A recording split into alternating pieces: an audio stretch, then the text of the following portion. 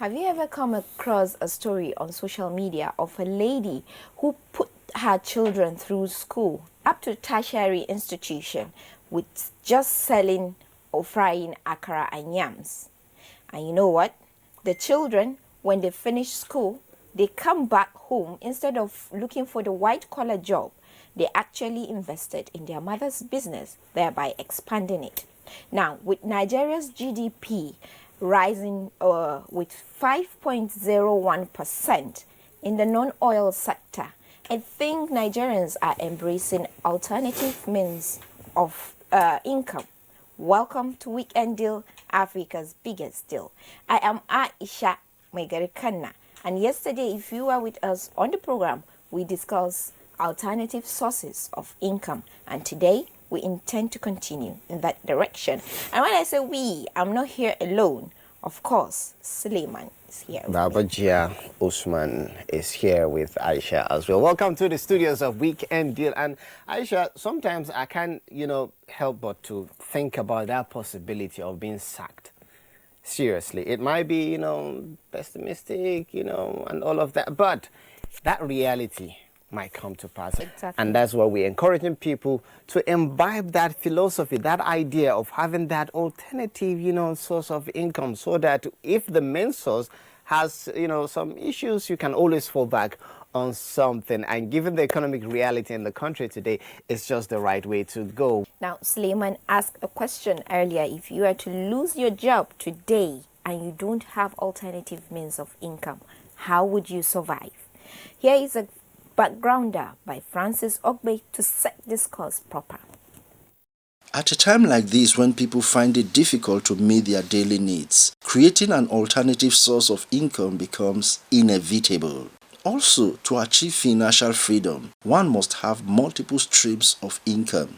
People have always made money from other sources. But let me say to you that when you get your salary, you spend, you save, and you invest. So the issue for me is, where are you investing your money? Are you investing your money in areas that will give you returns? So the opportunities for investing your money, and that's what I think will provide those multiple streams of income that we're talking about. There is need for an alternative income, and Africans, it is part of our culture that we must have one handwork or another, irrespective of your educational background or work. Some are artists. You see, some took to artisanship, some took to craftsmanship, some take to fishing as hobby. Side hustle, as it is fondly called, has become a necessity. In fact, in Nigeria today, side hustle is one of the keys to financial independence. Though Nigeria's civil service discourages civil servants from having secondary source of income except subsistence agriculture. Agriculture cannot affect you, because agriculture is what you can do even as a hobby. If you are fishing, even after work, you go exercise. If you are fishing, you can go fishing after office. You can go and look at how your tomato are done at your backyard. I don't think you can do poultry.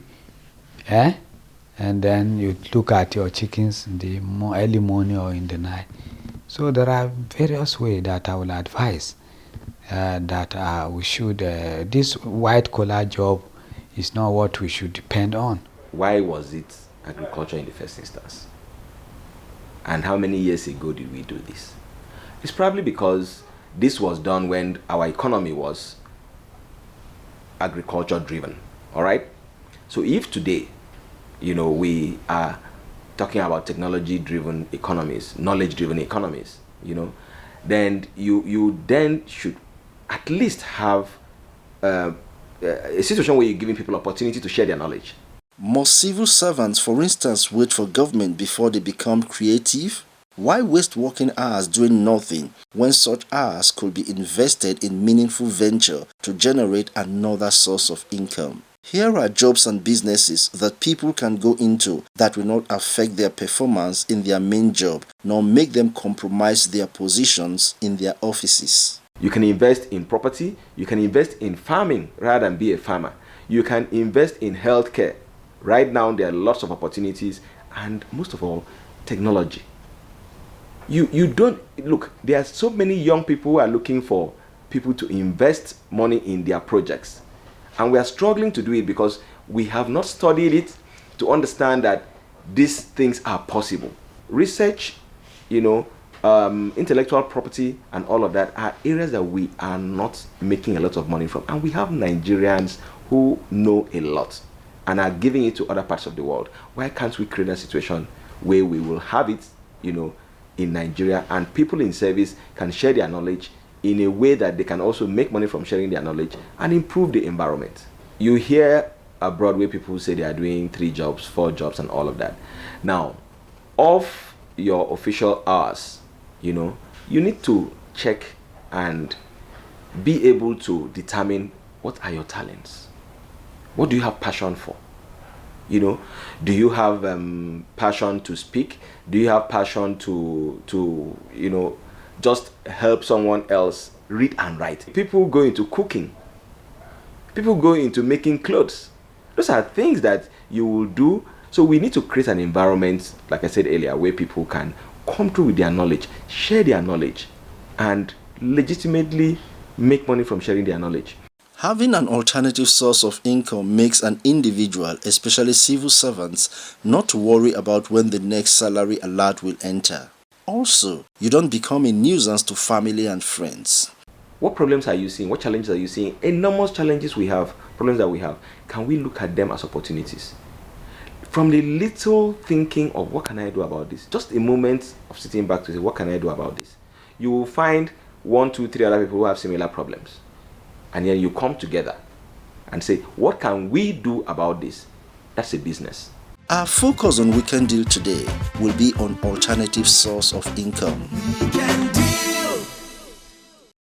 Incisive there, and Aisha, there's something very key here. Yes. The need to invest. I know a lot of people will complain, how much do I earn that you want me to save for any possible investment and all of that? But one way or the other, we know the economic situation in the country, and that's why we're encouraging people to go into alternative source of income, but also realize the need to save, to invest in other ventures, because you always have to look for a way to augment your income. Exactly. And the funny thing is, people think that how much do I earn that I need to invest, right? But then if you cut down your expenses, your life expenses, yesterday we talked about cutting down, you understand? There is a way that you can actually save, even if it is just like 10% of your salary. You can save it, and then before you know it, at the end of the day, you actually earn something better. Definitely, and trust me, there are people who are really making use of their time.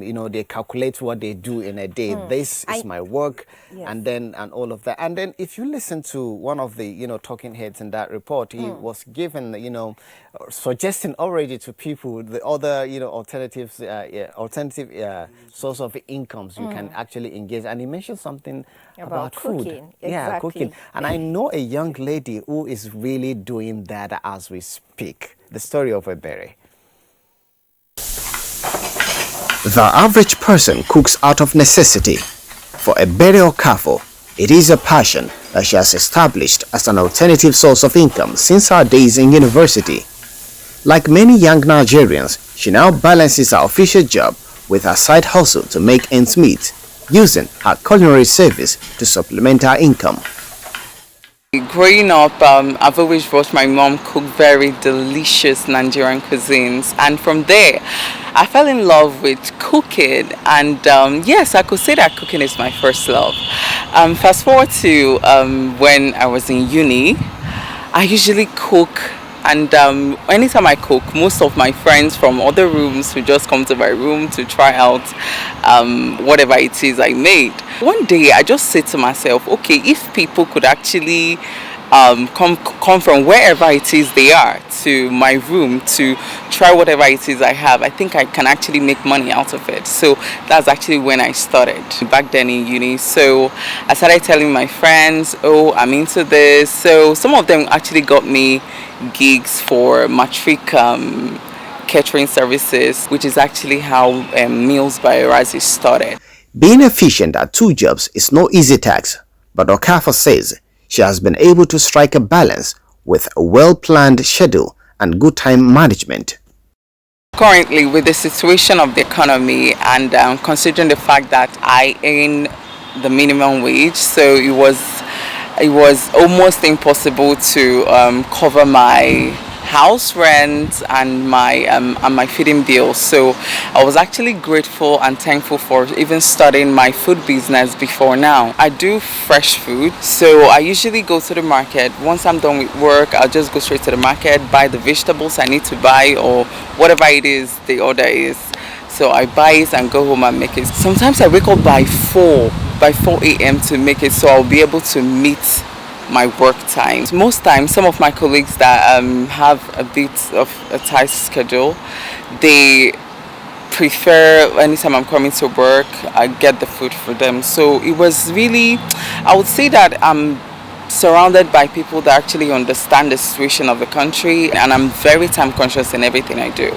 Encouraged by the steady turnover of our culinary business, Okafor plans to extend it into a full-time operation and even branch into the restaurant business in the future.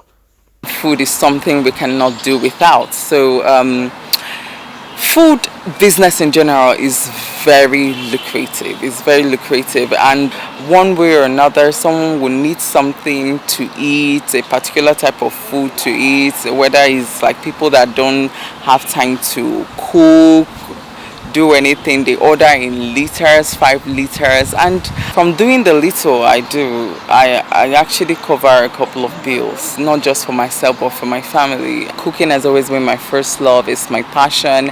Thinking about it right now, it has really helped me a lot, considering how much I earn at the office and how much my business have actually impacted in my life, not just in my life and life of my family. Moving forward, I'm actually planning to make culinary services my primary source of income. I would want to open my restaurants. I would want it to be even bigger than anything I can have ever imagined. Bolstered by passion, Okafor, like many of our peers, is forging a path to financial stability on her own terms. Ebere, I'm very proud of you, you know. And Suleiman, do you know that I'm also a trained chef? Aisha, that explains it, because the last time I visited you, the way you packaged that plate of rice, I was like, oh God, there's kind of professional touch to this. Now, that explains it. You know, I think I'll go and invest, since I can't delve into the full business of cooking. Maybe I'll invest in Ebere's business, and then, you know, going about different businesses. Profit sharing. There was a day we were talking about alternative means of income, and my sister was there, and then she was telling me that she wants to venture into all this transportation. Meanwhile, I am into farming, and then she was like, I said, yeah, she'll be transporting my food items to places. And of course, talking about transport, we are delving straight to transportation business as an alternative means of income. In a world where diverse forms of commercial businesses have emerged, the transportation business is standing out, especially in Nigeria. taking a lot of unemployed youths out of the streets.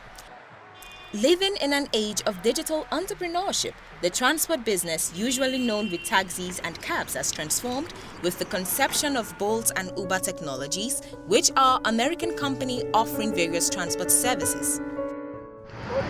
Due to the harsh economic realities in the country and daily struggles to meet financial needs, many youths have taken this transport business as either their main or alternative source of income. Uber app. My name is Iltium Felicity. I am an Uber driver here in Abuja. This is my one and only job. The reason why I went into Uber driving is because of lack of job. I'm a graduate. In fact, I'm a master's holder. But because I do not have a job, I cannot sit in my house, cross my legs, and start begging for money.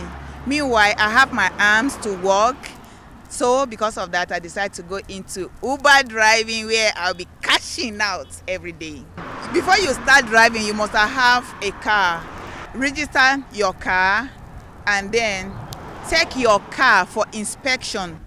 For every 5-6 months, you will have to inspect that car so that the car is in a perfect condition where your clients will not complain. We as a body will have a big challenge. In July, we lost 4 Uber drivers. They picked them up, they killed them. One was just behind here at this central mosque that they killed.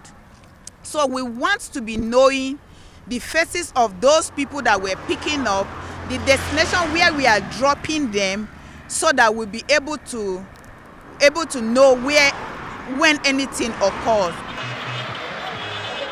My name is Issa Simon. I'm an Uber driver. I joined the work February 2018. What I'm doing at that time is not sustainable for me and my family, and then I decided to join the Uber business. There's nothing like security in Uber business. Uber does not pay you anything. Uber does not have any car to give you. You partner with them with your own vehicle. So it's a challenge on the driver part. And another challenge is the prices. The prices is not a merit of the business. For example, ordinary taxi man, that is the people working in Nigeria Road Transport of Unions worker, that's NUTW. They take airport from central area to airport 5,000 naira. An Uber driver or boat driver take passenger to airport at the rate of 3.5. So by the time Uber take 25% or boat take 20%, you will discover that your own money that you earn is about 2,200 or 300 thereabout, and you have not even bought fuel from the money yet. Actually, it's an alternative source of income. You know, you have skills, driving skills, and then you have an entrepreneur mindset. I think that's basically because it's an alternative source of income after your job, and then if it's not good just to sit idle after your main job, so you just pick up something so that it adds up to your main source of income. There are a lot of task force here and there harassing us, and that we have to do this, you have to do this also. Aside that, and those are the basic challenges: unnecessary tax force, and then the security. To succeed as an individual in the transport business, it calls for time, effort, and dedication, because it is fast becoming one of the most demanding businesses in Nigeria. Definitely one of in-demand business in the country, transportation, and because people need to move from one location to the other. And some people really don't know how to drive. Some people know how to drive, but they don't have the time to drive and all of that. So it's actually a huge, business. And the good thing about it is the fact that we are sharing with you, different ideas that you can interact with on your own. Some people have, cars, and after your working hours, what do? You just go home and relax. Why don't you just hit the road? Perhaps something good will come in from that. And then I know some people who, because of pride, how is it that I'm driving somebody? For crying out loud, when you're looking for alternative source of income, drop your pride as long as that will bring you income. And then also you can engage in cleaning services. And who says you can't? Let's see this next report done by Dio. With constant layoff and job losses as a result of the effect of coronavirus pandemic across the globe, having a single stream of income could be suicidal in these times. One of such business that requires little or no capital is the cleaning business. One of the basic requirements is to have a passion for the environment and basic cleaning skills and facilities. What actually prompted us to cleaning is the environment. We love environment, and for you to love environment, you must appreciate cleaning, and the environment has to be clean. So I mean that was the motivation behind setting up Green Box, and all the while it has been cleaning amongst other things. I love cleaning. I had a regular 9 to 5, and I realized that for my job we didn't have time to wash, and it created a gap for us. So I thought, why not start something like that? I was already giving my clothes to other dry cleaners almost on a daily basis. So I just thought it might be something that I will enjoy doing, an opportunity to make money from it and meet the needs of people. You need some level of expertise, as against what other people think. You find out that some mushroom cleaning companies, maybe you lose your job, maybe you just leaving school, you feel the next thing you can embark on is cleaning. It takes a lot. You must know the techniques, in cleaning. You must have the right equipment, in order for you to work seamlessly. And you must have the right expertise and training and training and training. Starting was quite challenging. We had the issue of space, manpower, machines. I went into the business without experience, and I had to learn from most of my workers and then from other laundry owners and some of my colleagues that had done the same business too. The most challenging part of the business was getting reliable manpower, people who are ready to work and put in their best. Then the challenge of light, because the business requires 24 hours light, which is not always available. So having to pair with generators and the likes. There are several opportunities in the cleaning business. One could start small with cleaning of residential areas for a token. Despite the harsh economic climate, entrepreneurs in the cleaning sector have taken advantage of the recent health scare and pandemic to add sanitizing and disinfecting service. There are indeed several opportunities in the cleaning sector. Prospects, there's always room for growth. There's always room for expansion. For everybody that goes to work, most people don't have time to wash their clothes themselves. So it gives opportunity for anybody coming into the business to make money. You find out that even these days, people don't even want to have live-in housemates anymore. So we're actually coming up with packages that we can render for small families, large families that they don't have in-house mates. Funding is one of the challenges.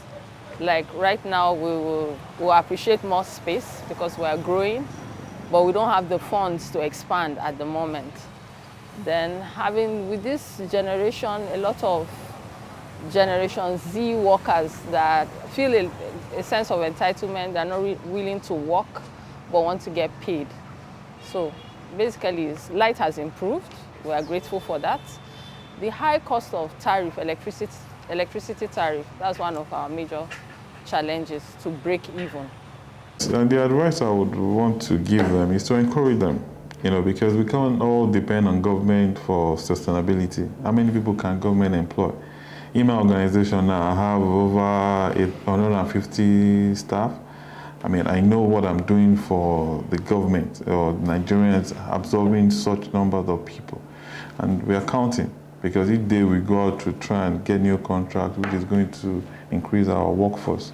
So I want to encourage people, young people, not just because they don't have anything else to do. Let them have passion in cleaning, because it takes passion. To sustain a business in Nigeria, you must have the passion, because it's not an easy environment to try. Aside the remuneration that comes with the cleaning business, it also creates a sense of responsibility and fulfillment towards the beautification of the environment. Don't just clean, turn your passion into a business. Cleanliness, it said, is next to godliness. And I believe that we all have our own roles to play in ensuring that we actually support the growth of our GDP. And of course, Suleiman, like this report, the man said that you don't have to wait on the government to start another stream of income for yourself, thereby employing other people under you. So he said he has about 800, staff under him, working for him. And then imagine if you and I and other persons out there, start a kind of business knowing fully that in the long run you will employ people. And then different people doing this, at the same time. From now, let's say in the next 10 years, only God knows how our economy will be. Definitely, it will be on the plus side. And then in that way, you don't really need to wait for government. You go through the different kind of education, and then at the end of the day, you sit at home waiting for that white collar job, which is very hard to come by. So by the time we begin to think entrepreneurial in nature, if we're entrepreneurial or thinking entrepreneurship, definitely it would take us somewhere that we want to be. We all want that financial freedom. And trust me, having that alternative source of income is a way to go. And I know yesterday we talked extensively about the civil service. I know that, in the Constitution, you're not allowed to do another job that is not connected to the agri sector. But some people are still finding their ways to manage, knowing fully that take home really doesn't take them home. Charles Obike has this next report. As the turmoil of socio-economic instability in many African countries rage, the challenge of self-employment, remunerations, underemployment, and search for better paying jobs have become phenomenal.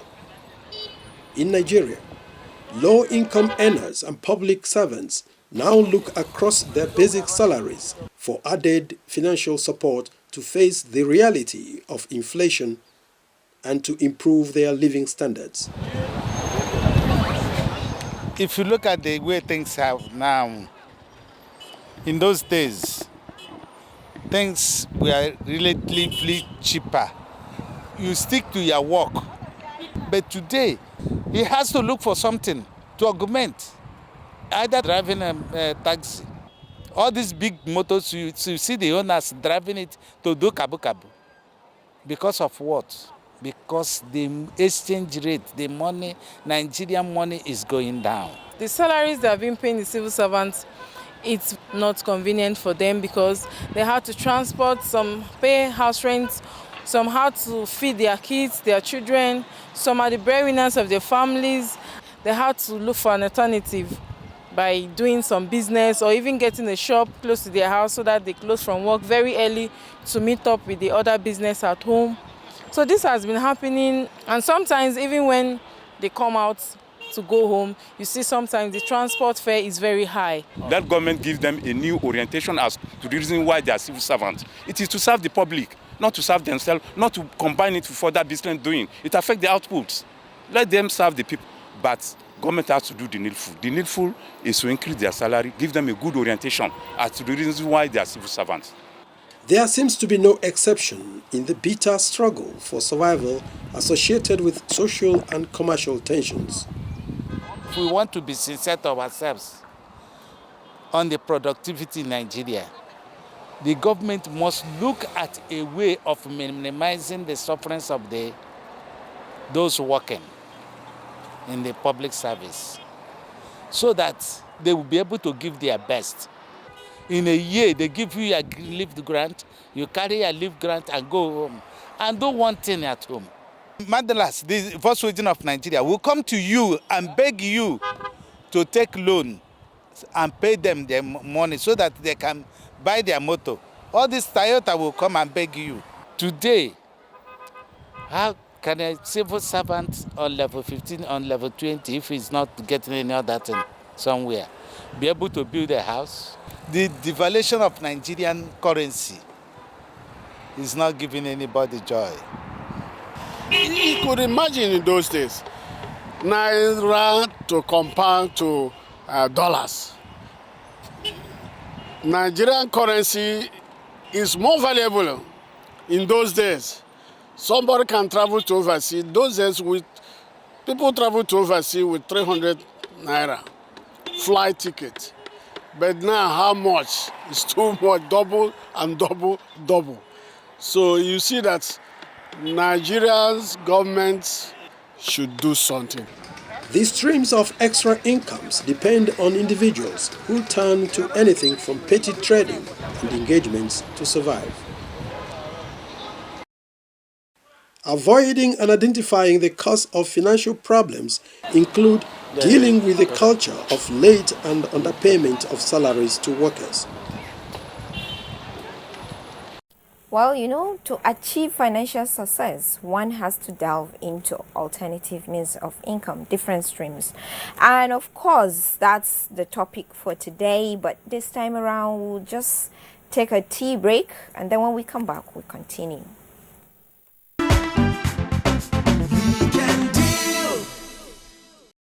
Thank you for staying with us, and if you just join us, this is Weekend Deal, and we have been talking about the need to have alternative source of income, and we've been sharing, personal stories of individuals who are making progress in that regard, and the idea is to motivate you in case you're not doing it.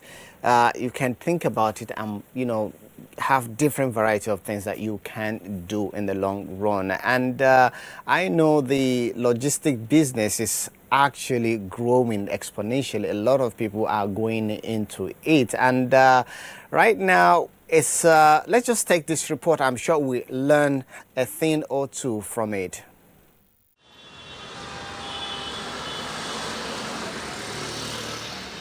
In order to meet one's financial needs daily, many have taken to all forms of alternative source of income to achieve some level of stability in the society. Statistics shows that in line with the global economic situation recently, logistics services, which was unpopular in the past, is currently taking a lead in the marketplace. Logistics encompasses both the delivery, land, air, sea, road. It's a very good business. The pandemic opened our eyes to this business because during the pandemic there was restriction of movement. Delivery is a fundamental aspect of commerce. You need them in the movement of goods and services. So they were the only ones, in operation. It opened a lot of business owners' eyes to the importance of the delivery. Even businesses that didn't have, delivery units started creating one. It equally helped create self-employment for a lot of people, as people could buy their own bikes and register with companies to dispatch goods.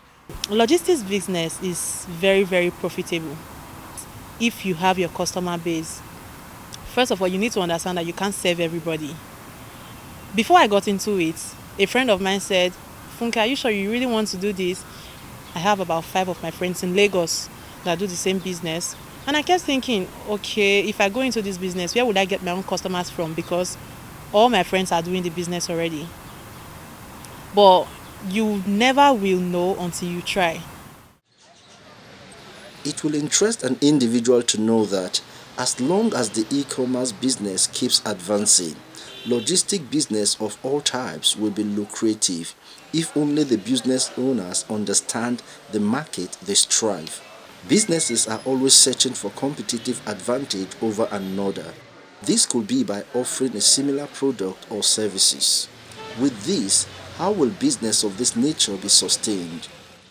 Our customers are very important because they are the king of the business. It's only the customer that can fire us all. If you're doing a business like delivery, to make sure that customers are well satisfied and their goods are equally delivered on time, we had to equally develop a delivery app, you know, a food delivery app that is owned by the restaurant, and ensure that customers can ease of payment and ease of transactions are equally important factors, so that they can easily pick order for their goods and pay it online without any contact. No contact delivery. This is another avenue that is equally movement. You don't really need to know who is ordering from you, but all you need to ensure that they are well satisfied, and you ensure that you get all the informations right.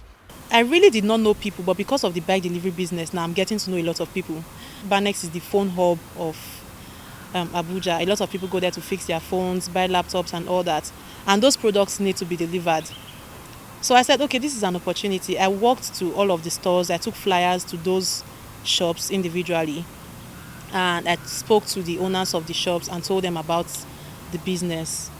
I just wanted to get a particular percentage of the people in Banex, because definitely people cannot leave their customer for me. So I met them, I talked to them, and I gave them a bit of price discounts so that they will patronize me.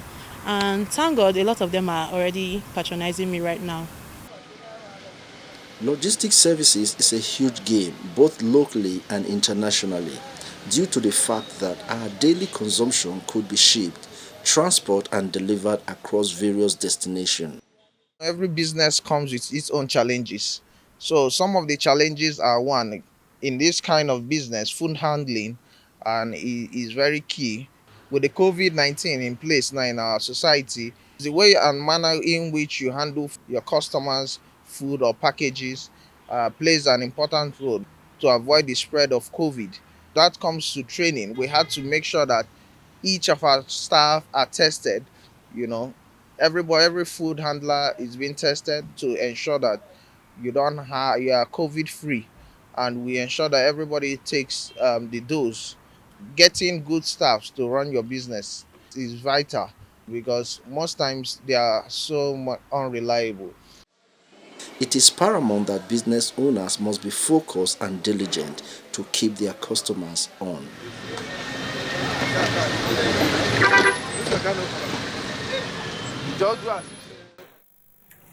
Well, thank you for staying with us, and we just have a guest joined us to talk further about the need to have alternative, source of income, and of course, is very versatile and is an entrepreneur himself, and his name is Professor Olalekan Busra Sakariao. Is a consultant with the World Bank on entrepreneurship. He's also the HOD Entrepreneurship and Business Department, Federal University of Technology. You're welcome to our studios, Prof. Good morning, ma. Good morning, sir. Good morning. All right. So I'm sure you've been following, some of the reports we've been, airing. You've had firsthand, experience of individuals who are making, progress in having alternative source of income. Now, as a way of, capping it all, where are we now? Do you think Nigerians are really, going into having that alternative source of income, or you see a lot of people still depending on one source? Yes, I'm very glad that you have laid the necessary illustrations for Nigerians to see and worldwide. It gladdens my heart that the foundation, we have a new Nigeria is coming. Whether we like it or not, a new Nigeria is emerging soon. I've watched some of the clips that you have shown, and I'm very happy that youths, which are going to the newborns that will form the new Nigeria, they have a different entrepreneurial orientation about living. Livelihood is something that we can easily picture. It's not something that is theory. It's living. It's something practical. And when you see practical things, whatever you see, you can never forget. Very difficult to forget. We have seen that people are frustrated in some instances now. We have seen that salary is not enough. It's practical. We have seen that when you go to the market, the money you took to the market is not capable of giving you what you need. It's practical. Now, the Nigerians now, it depends on which of Nigeria we first of all address. The Nigerians, we have categories of Nigerians that they started their life very, very well. History revealed it. Some of my senior professors, some of my colleagues that are up to my parents, they told us how they went to school.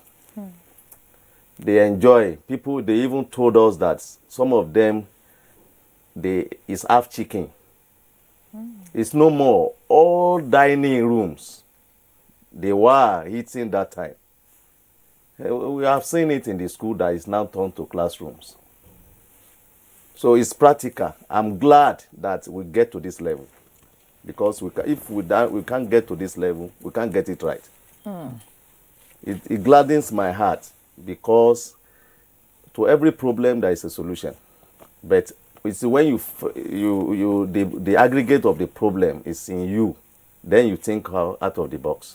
Now, thinking out of the box, I know you have been consulting for World Bank, and not just that, a lot of people, and you yourself, you are an experienced entrepreneur. What really is the problem with this? Because the idea is for any functional economy, it's always boils down on how successful the entrepreneurs are, the private sector. Yeah. Yes, you have said it. Everybody knows answers in Nigeria. Virtually, everybody knows the answer. But putting the answers in perspective of actions is what is lacking. Your children will take after you. Yeah. Likewise, when we look at the mindset, the parents who are into civil service would actually want their children to also go into civil service. Yeah. So how do we change the mindset of these people into actually embracing entrepreneurship, especially putting in mind that civil servants are only restricted to farming as an alternative means of income?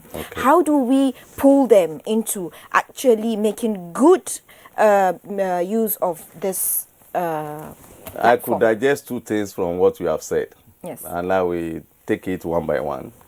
If a civil servant wants his child or children to also become civil servant in the nearest future, ask the question from that parent that, is he fulfilled? If it is fulfilled, I'm talking of few parasitas. If there's no fulfillment in it, I don't see any reasonable parent that will want him or any of his children to inherit what he's not satisfied with. It's a choice. Everything is a choice. But let's go to the second one, which is very important to me now as an entrepreneur practitioner. Issue of farming. That civil servants, we are being privileged, and we have a solution coming out from the federal government to say civil servant can go into farming. That is, well, it's very good. It's a good pronouncement.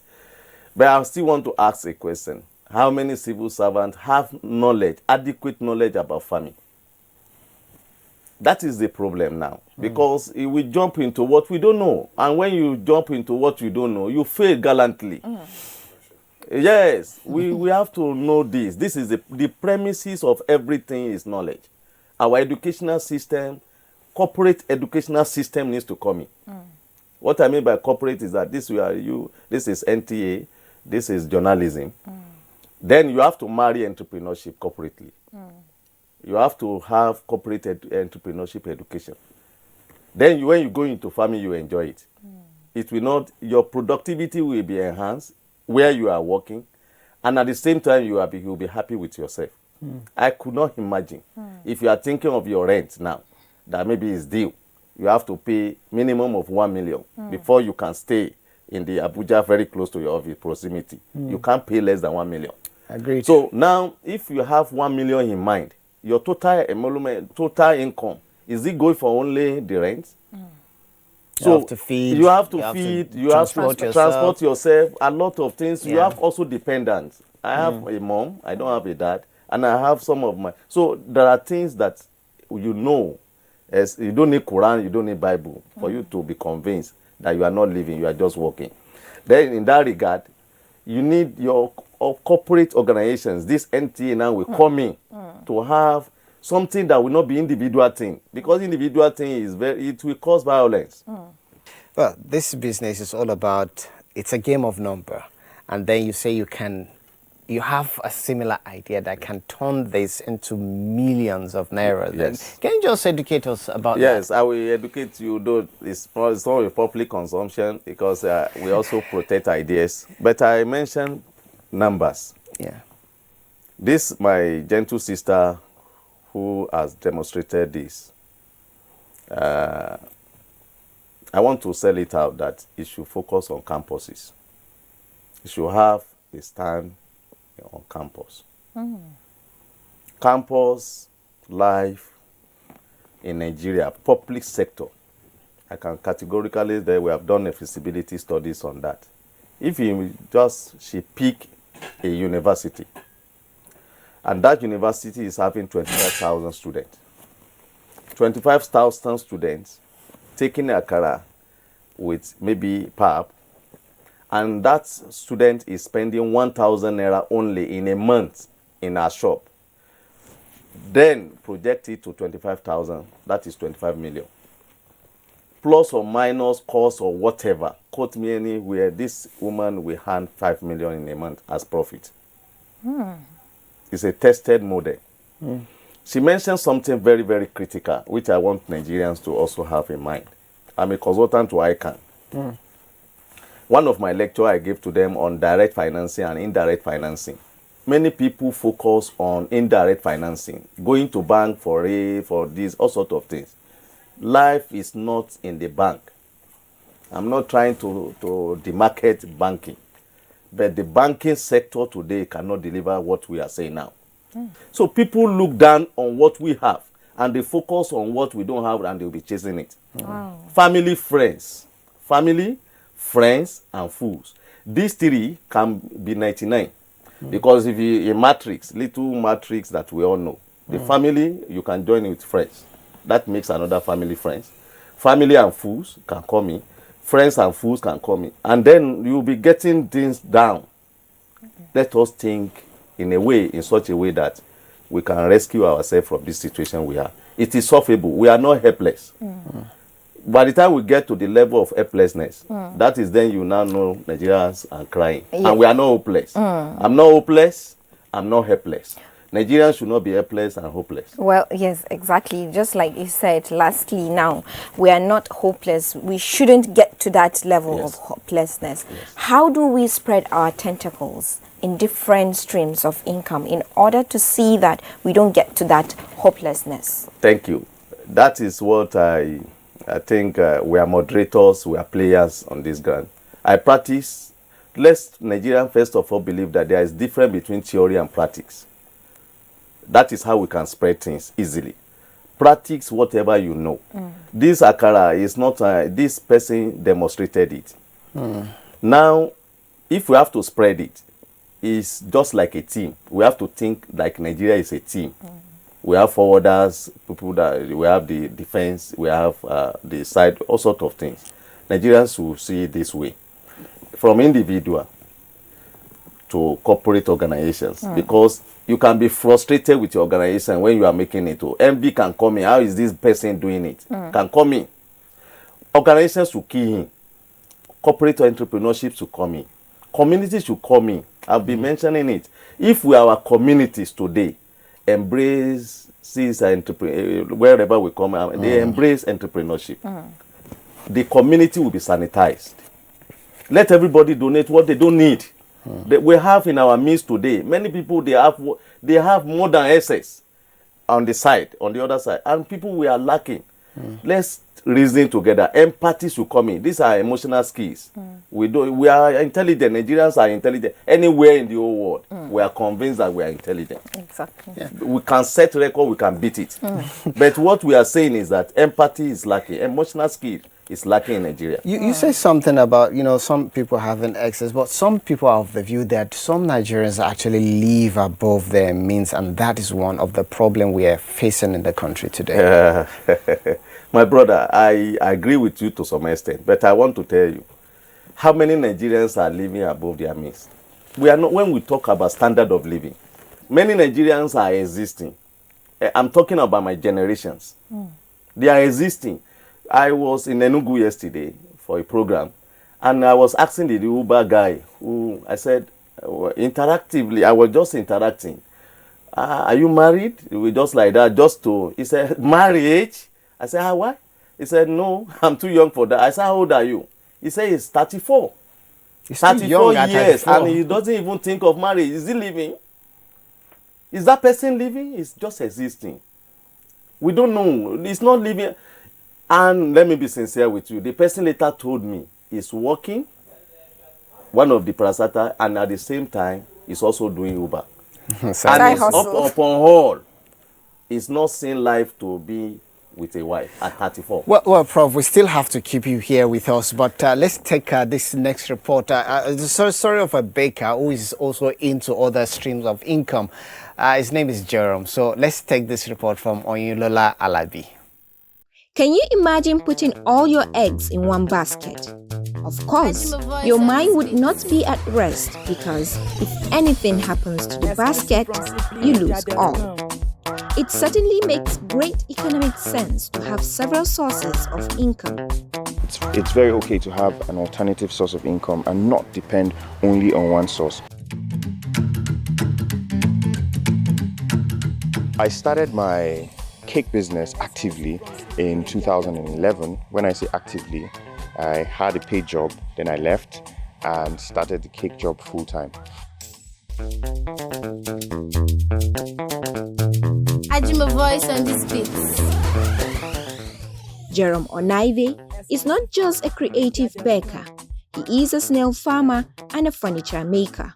My first degree is agricultural economics and extension, and I have a master's in food supply economics. I am a serial entrepreneur. You're welcome to my snail farm, and that is where I rear my snails, then I process, add value, and sell. Jerome also shared with us why he decided to have alternative sources of income. Financial needs and personal fulfillment. I'd like to say the drive then was, of course, to provide the best for myself and my family. Is an agri-economics graduate who has harnessed his natural environment to create a snail farm that passively earned him another income. We moved to a new location here in Abuja, and when I looked around, I needed space to build my snail farm. So I had neighbors and so many people around, and I saw that there was a dump site.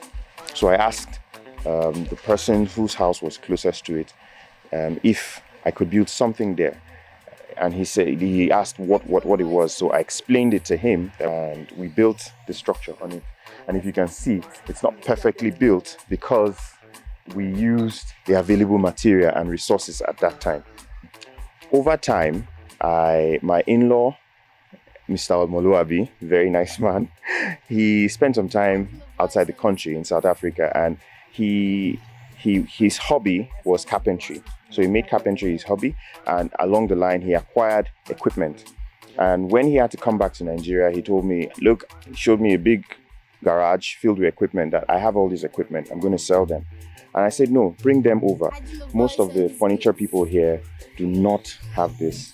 And you can bring them over and teach me a thing or two, and we'll see how it goes. And yeah, he agreed to it, and he brought them over. And we started with a friend. Of course, the first project we did was a friend's kitchen. And it was a good project. It turned out very nice. So that became our reference job. Jerome has this advice for others. Use your environment. All we need is in our environment. So use your environment, but at the same time, you must be ready to work hard. You must be ready to accept failures. There are times where I stuck my snails and things went wrong and I lost a lot, but I didn't give up. You can't give up if you're in business. You just have to keep pushing on, especially agri business. It is important that everyone should at least get an alternative source of income. It could be buying and selling, it could be supply, it could be anything, but it's okay to do something else. Your ability to create alternative sources of income is an economic asset. Grab it and enjoy a better life.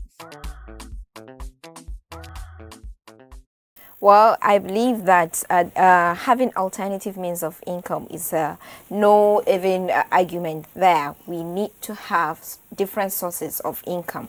Now, we still have our guest with us in person of Professor Olalekan Busra Sakariau, who is an entrepreneurship consultant with World Bank and also a head of Department of Entrepreneurship and Business Studies. Now, as a head of Department of Entrepreneurship and Business Studies, when you look at our educational system, we tend to actually downplay the entrepreneurship role in our life, especially in the tertiary institution, like the way we make English and mathematics mandatory. Don't you think we should also ensure that entrepreneurship is also made mandatory? And how can the education system, how can we change that kind of mindset in our education system? Thank you. Now we are coming to education and entrepreneurship now, especially in Nigeria. I'm glad to hear this because that is the feed. I'm a player in the feed. And then let me put it this straight. If everybody waits until when entrepreneurship is mandatory at university level, it's late. More of exposure is what you need. It's not more of certificates, more of education, less of education, more of exposure. But we have seen tertiary private institutions in Nigeria that all what they consume, they produce it within that campus. In terms of tea, in terms of fish, in terms of whatever. Why can't we go back into that? That is corporate entrepreneurship. Community entrepreneurship, we have it. Homes, we also have that at level of family business. It is when we have aggregate of this, we know what we are doing. We should actually ensure that we open our mindset into putting our investment into different sources of income, and that way we can actually move individuals, family, community, and even the country at large. Thank you very, very much, Professor, for coming on the show. If you have with us, we have been chatting with Professor Olalekan Busra Sakariau, who is an entrepreneurship consultant with World Bank, head of Department of Entrepreneurship and Business Studies, Federal University of Technology, MENA. Thank you very much for coming. Yes, Suleiman, we have been talking alternative means of income, and I think if you just join us, the show is almost over, actually. Yeah, Aisha, and the truth is, just like I said yesterday, we must add value to ourselves. Right? We must look for that alternative. We must, continue to develop ourselves. Personal development is very important. And then if you create value, money will follow you. Exactly. Trust me. It's not about money. It's about the value in money that actually matters. And when you have different streams of income, definitely, you will live a comfortable life without the fear of uncertainty. Well, that does it. Exactly. It has been a fantastic time out here. Join us next week for another interesting episode.